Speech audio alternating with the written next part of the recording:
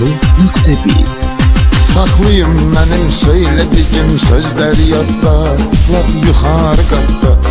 Söyleyeyim size neler baş verir qazamakta, 5 günlük hayatda. Minlərlə de adi bir şeyden ötürü yatanlar, zindanda batanlar. Oldu xəlvəti aləmi bir-birinə qatanlar, mənliğini satanlar. Kardeşi doğma kardeş ile düşman edirlər, ancaq qan edirlər.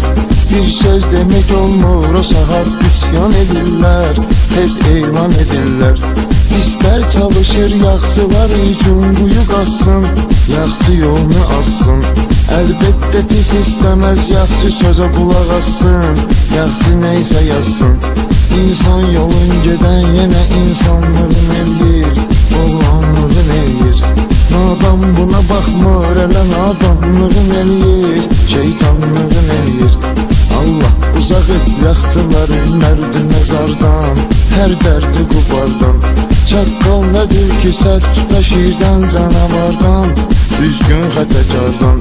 Beylə atmosferi ilə gedir hər gecə hər gün, çox sadəcə hər gün.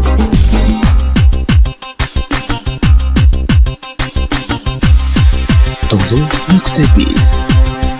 Baxdıqda bu haqsızlığa nifrət edirəm mən, ibrət edirəm mən. Səbrim tükənir şeytana lənət edirəm mən, adət edirəm mən. Bir də görürsən ki biri tonla nə danışır, söhbətlərə qarışır. Əclaf akazı vassa pagonlar ilə çalışır, hər söz ona yapışır.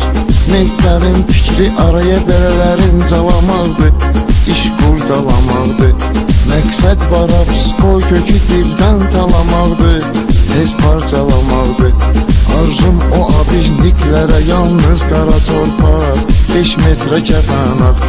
Əziyyət çəkən istinli aristantlara ancaq azadlığı parlaq. Agromlu salamlar, siryozlu kalamlar.